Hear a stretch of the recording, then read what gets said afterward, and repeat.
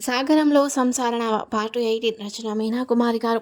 మరుసటి రోజు శ్రీవాణి తన స్నేహితులతో పరీక్ష రాయడానికి బయలుదేరింది. శ్రీరాములు ఎవరి పనులు వాళ్లకు అప్పచెప్పి ఇంట్లో కూడా అన్ని విషయాలు శ్రద్ధగా చూసుకుంటున్నాడు.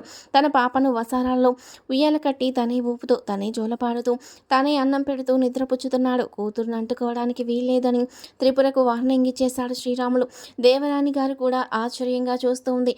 పెద్ద కొడుకు ఉన్నట్టుండి ఈ విధంగా ఎలా మారిపోయాడు? అసలు తన కొడుకేనా వీడు అన్న భావన ఆమెకు కలుగుతుంది.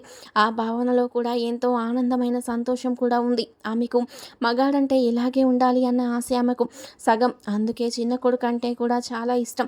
ఉన్నది ఉన్నట్టు మొహం మీద అడిగేస్తాడు శ్రీనివాస్.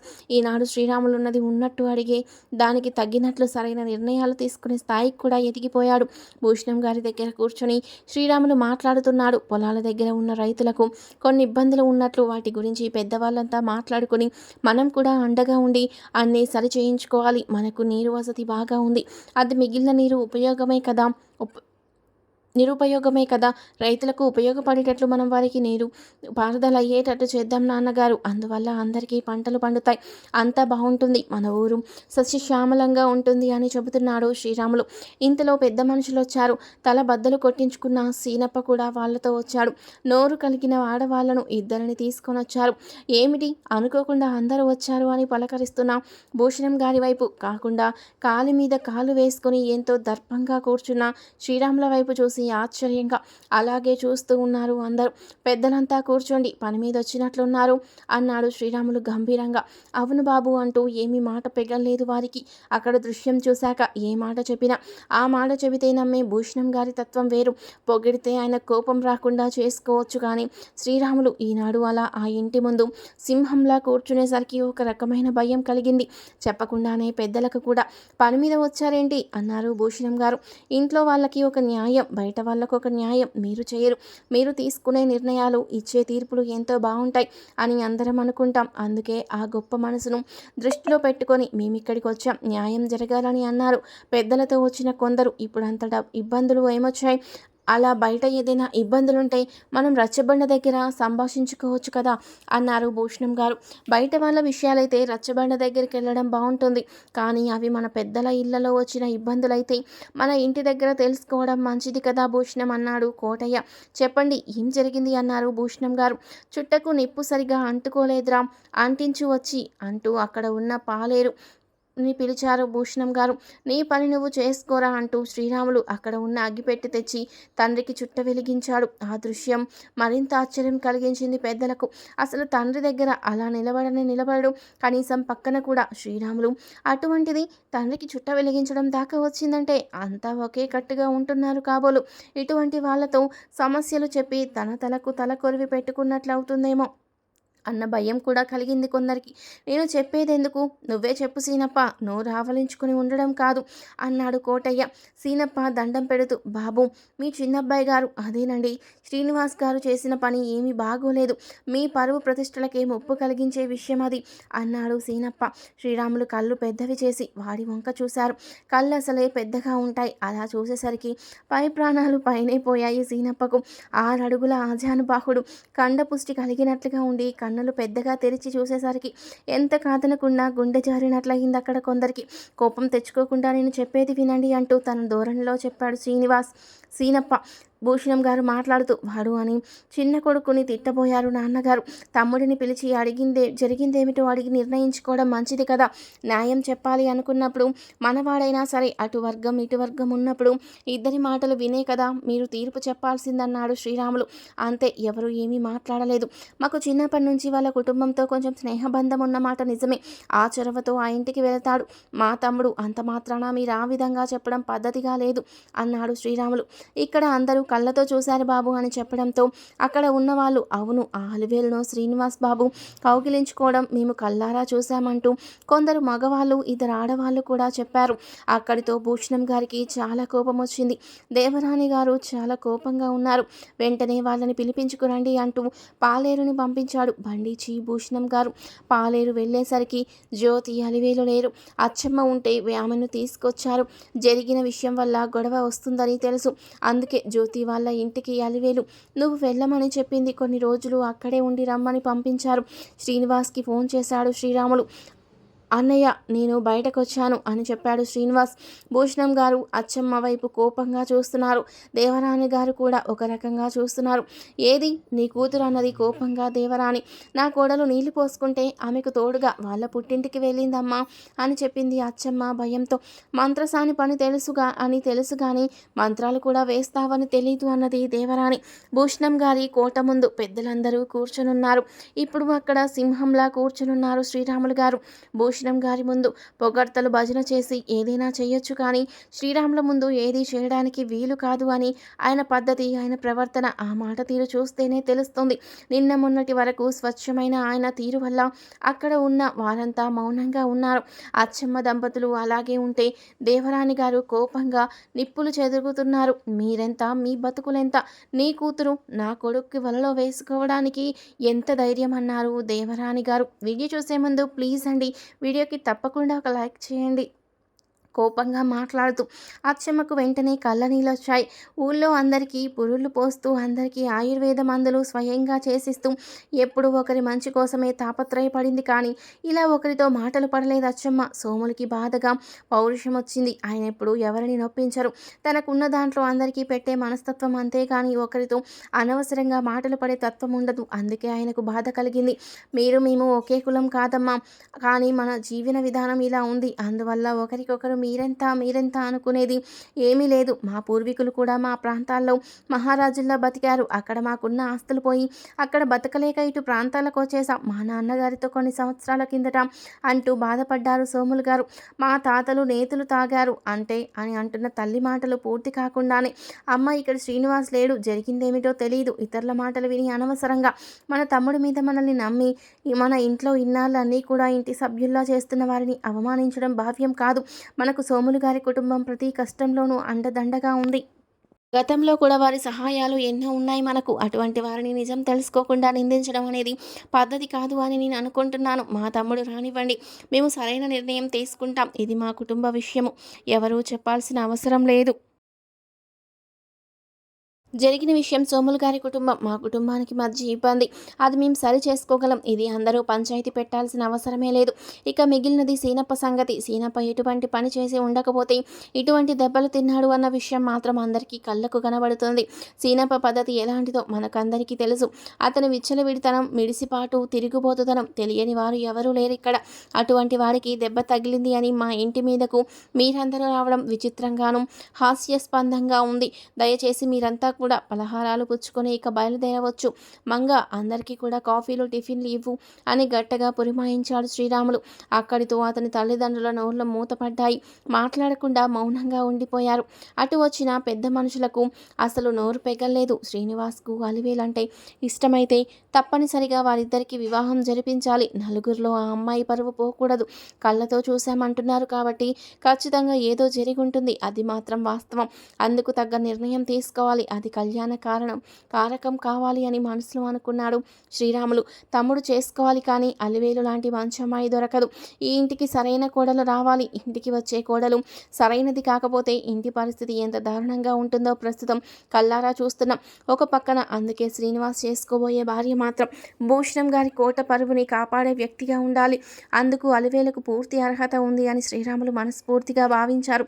పాపాయిని తీసుకొచ్చి మంగ శ్రీరాములకు ఇచ్చింది. అంతమంది అక్కడే కూర్చున్నారు. ఏమా ఎందుకు నవ్వుతున్నావు అంటూ కూతురుతో ఆడుకుంటూ అన్నం తినిపిస్తూ ఉన్న శ్రీరాములు వైపు చూసి అందరికీ మతిపోయింది. మంచినీళ్ళు కాచి చల్లార్చి ఉంచావా, సీసాలో పోసి అని మంగను అడుగుతున్నారు శ్రీరాములు. సిద్ధం చేసి మీ పక్కనే ఉంచాను పెద్దబాబు అన్నది మంగ నవ్వుతూ. ఇప్పుడే ఎంతో గంభీరంగా, ఒక్కరికి నోటి మాట బయటకు రాకుండా పౌరుషంగా మాట్లాడినట్లు కాకుండా ఎదురు వ్యక్తిని నోరెత్తకుండా ఆలోచనాత్మకంగా మాట్లాడిన శ్రీరాములు ఇప్పుడు పసిబిడ్డను ఒక తల్లిలా లాలిస్తుంటే ఆశ్చర్యంగా చూస్తున్నారు చుట్టుపక్కల వాళ్ళు. ఆ దృశ్యం చూసి ఇన్నాళ్ళు శ్రీరాములు అన్న వల్ల ఏ ఇబ్బంది లేదు. ఇప్పుడు త్రిపుర వచ్చాకే ఇటువంటి నిందలు వచ్చాయి బంగారం లాంటి ఆయన మీద. ఇప్పుడు శ్రీరాములు గారిని చూస్తుంటే అసలు ఆయనలో ఏమాత్రం పొరపాటు లేదు. ఏ విషయం వచ్చినా కూడా ఆ ఇంటికి కొత్తగా వచ్చిన కోడలు సృష్టించినదే అని అందరూ ఎవరికి వారి అనుకున్నారు. అక్కడ జరిగే విశేషాలు అన్నీ కూడా చూస్తూ త్రిపుర కూడా డాబా మీద నుండి అన్ని విషయాలు వింటూ గతగంత లాన్ గతగతలాడింది. అమ్మో! ఇంటి మీదకు జనం దెబ్బ తగిలిన వ్యక్తికి తీసుకువస్తే అది ఎంత గొడవ అవుతుందో, ఇల్లంతా రణరంగంగా మారి ఇంట్లో వాళ్ళందరినీ తంతారేమో అని ఎంతో ఆనందపడింది. కానీ తన ఒక్క మాటతో రామబాణం వేసినట్లుగా పూర్తిగా ఎదుర్కొన్నాడు ఈ శ్రీరాములు. సాధారణమైన వ్యక్తి కాదు. సింహం ముందు చిట్టెలుకలాగా వేషాలు వేయకూడదని మనసులో భయపడింది. అసలు వాడు ఏం చేస్తున్నాడు? నాగరాజుని వెళ్ళమని చెప్పాను, ఫోన్ ఎత్తడం లేదు. వాడొక వెధవలా ఉన్నాడు. ఆ శ్రీవాణి జీవితం ఏదో ఒకటి అయ్యి ఈ కొంపకు చేరితే అందరి ముందు కూడా అది ఒక చెడిపోయిన దాంట్లో నిలబడితే బజారు మనుషుల్లాగా నలుగురిలో పరువు ప్రతిష్టలు పోయి కొంపలో ఉన్న వారంతా ఎవరికి వారే ఏదో ఒకటి మింగి చావాలి. అప్పుడు కానీ నా కక్ష తీరదు. నా రూపాన్ని వంక పెడతారా? అందగత్త పెళ్ళాన్ని చేసుకుంటున్నానని మిడిసిపడ్డాడు ఈ శ్రీరాములు. ఏమైంది? నా ఉసురు తగిలి ఏడుస్తున్నాడిప్పుడు. శుభ్రంగా దాన్ని కైలాసానికి పంపించాడు. అది సంతోషమే కానీ ఆ శ్రీనివాస్ మాత్రం సుఖంగా ఉండకూడదు. వాడి సుఖాన్ని నా కళ్ళతో నేను చూడలేను. వాడు నన్ను చేసుకోమని అన్నప్పుడు హేళనగా నవ్వాడు. వాడి జీవితం నాశనమైపోవాలి. చెల్లెల్ని చూసి అన్నదమ్ములు ఇద్దరూ జీవితంలో తల ఎత్తుకోలేకపోవాలి అని మనసులో కుటిలమైన ఆలోచనలతో సతమతమవుతూ నాగరాజు ఫోన్ తీయలేదని అవస్థలు పడిపోతూ ఉంది త్రిపురను వంట ఇంట్లోకి కానీ మరి ఏ విషయంలోకి కానీ రానివ్వద్దని మంగకు గట్టిగా వార్నింగ్ ఇచ్చాడు శ్రీరాములు. అక్కడితో త్రిపుర గోడ మీద బొమ్మలాగానే అయిపోయింది. కానీ ఇంట్లో ఒక బాధ్యత గల కోడలిగా ఆమె స్థానాన్ని కోల్పోయింది. ఇంటి కోడలికి ఉండాల్సిన లక్షణాలు లేకపోగా ఇంటి ముందు దిష్టి పోవడానికి తగిలించుకునే దిష్టి బొమ్మలాగా కూడా పనిచేయని త్రిపుర లాంటి వాళ్ళు ఏ ఇంటికి వెళ్ళినా ఇంటి సభ్యులు గుర్తించకపోతే ఆ ఇల్లు నరకప్రాయమే. పెద్దలందరూ టిఫిన్లు చేసి కాఫీలు తాగుతున్నారు. సీనప్ప కూడా మౌనంగా వెళ్ళిపోయాడు. సీనప్ప వెళ్ళేటప్పుడు శ్రీరాములు గట్టిగా ఒక మాట అన్నాడు. సీనప్ప, ఎంత ధైర్యం ఉంటే నా తమ్ముడి మీద నువ్వు నిందారోపణ చేశావు? అందులో ఏమాత్రం అబద్ధం ఉందని తెలిసినా కూడా మరొకసారి ఈ ఇంటి వైపు చూడకుండా చేస్తాను అంటున్నా శ్రీరాముల వైపు చూసి గజగజ వణికిపోయాడు సీనప్ప. శ్రీరాములు మాట తీర్పు గంభీరంగా ఉంటుంది అని తెలియని ఊరి పెద్దలు చాలా భయపడ్డారు. భూషణం గారు ఒక రకంగా సంతోషంగానే ఉన్నారు. ప్రతి ఒక్కరూ తన కొడుకు వైపు అలాగే చూస్తూ ఉంటే, కొడుకు అలా మాట్లాడుతుంటే ఆనందంగా ఉంది. వాళ్ళు వెళ్ళడమే కొంతమంది రైతులు వచ్చారు.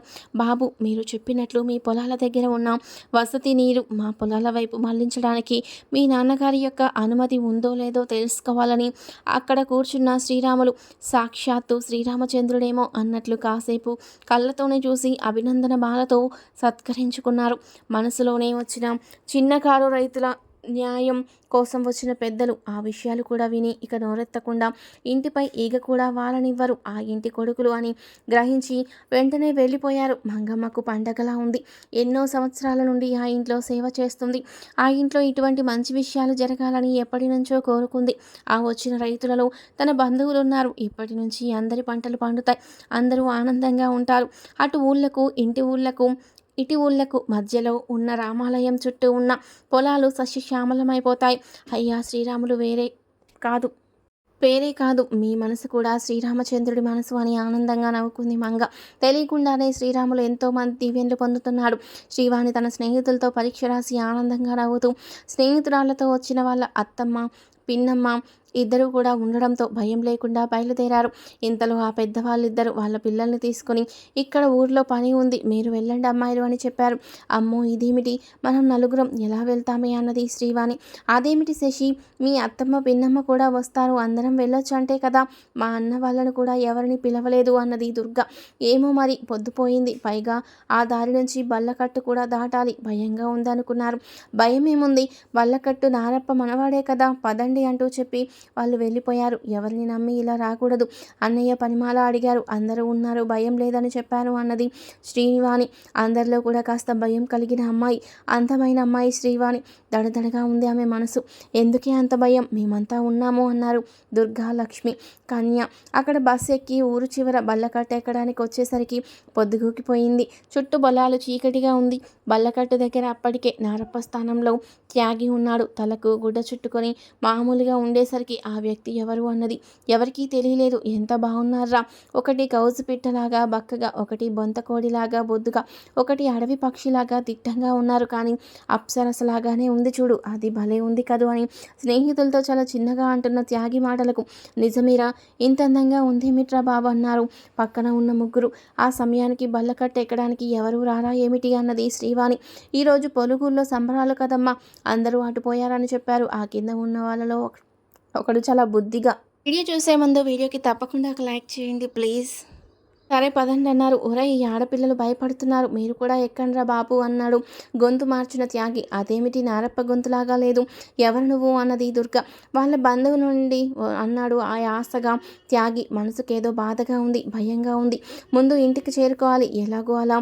అన్నయ్య వాళ్ళను రమ్మని చెబితే బాగుండేది కదూ, నాకు పొగరు, కాకపోతే ఒకరిని నమ్మకూడదని ఎప్పుడూ చెబుతూ ఉండేది వదినమ్మ. అంతేకాదు బయటకెళ్ళినప్పుడు ఎంత జాగ్రత్తగా మసులుకోవాలో కూడా చెప్పేది అని మనసులో అనుకున్న శ్రీవానికి వెంటనే వసుంధర రూపం గుర్తుకొచ్చింది. వదిన అంటే అసలు నేను వద్దు అంటే కూడా ఊరుకోదు, వెంటనే అన్నయ్య వాళ్ళని పంపించేది. అలా శ్రీవాణి తన మనసులో బాధగా ఉంటే ఒక్కొక్కరిగా బల్లకట్టెక్కుతున్నారు. శ్రీవాణి బల్లకట్టెక్కడానికి ఇబ్బంది పడుతుంటే త్యాగి ఆమె చేయి పట్టుకొని పైకెక్కిస్తూ అందాన్ని అలాగే చూస్తున్నాడు. అందంగా ఉండే పూలకు సువాసన కూడా ఎక్కువ అని మనసులో అనుకున్నాడు. ఎందుకో తన చెయ్యి సహాయానికి పట్టుకున్న త్యాగి చేతి స్పర్శ అంత నచ్చలేదు శ్రీవానికి.